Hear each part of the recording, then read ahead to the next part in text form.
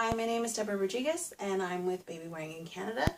Today I'm here to do a demonstration of this baby carrier.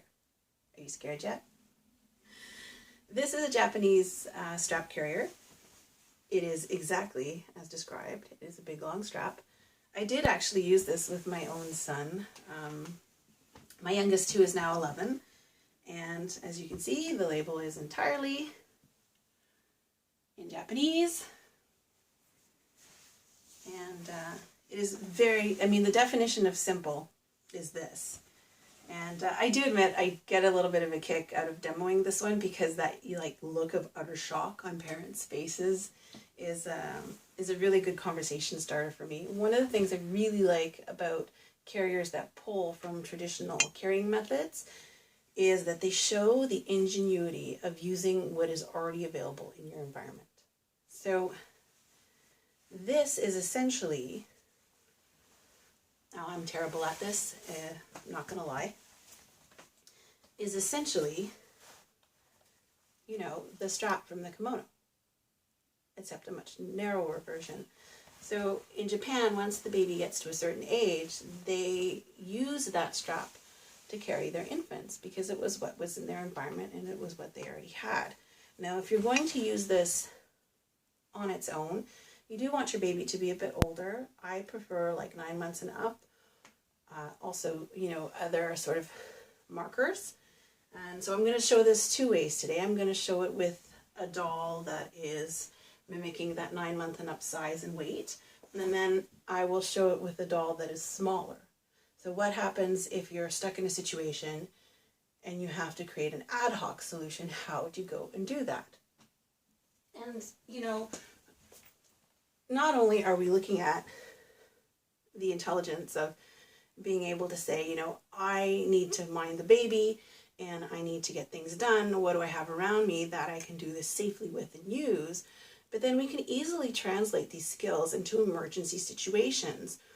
Because if you're in a flood, or if you're in an earthquake, or if you have any sort of situation where you have to pack up and go very quickly and you need to be mobile, a baby carrier or something that you can turn into a baby carrier is much more useful. And so we're going to start. So you can also do this sort of thing with a wrap. You would just scrunch it up and then you have basically your strap carrier. So this goes under the arms of your child. The arms of your child are what anchors this into place. Clearly, I would not have my child suspended here just by the carrier. I would be using my hand. My preferred method using this carrier to get both my son and doing demos is to put it over my shoulder, and then you go into either a full table or a semi-table position. I've got my straps. I spread them to either side, and then you would just do as if you were doing a ruck or anything else. You could go straight under your arms. You bring this under the legs of the baby. You do your cross. You get the leg spread that you want. You bring it to the front. You can do finishes. You can have them both come to here and do a candy cane chest pass. You can do a Tibetan tie, whichever you prefer. You can even cross the straps and go through. You can do anything with this carrier that you could with a wrap. I get a lot of questions, and I got a lot of questions because, like I said, I did use this with my son, including, oh my God, your child's going to fall out. Your child actually doesn't fall out because they will keep their arms over the carrier. And you can feel when they don't. They will stay in that secure position. It is something that can be done with any sort of strap. And it's also, we can get up to 40 degrees Celsius in my hometown. And when I wanted a quick in and out, this is what kept them cool.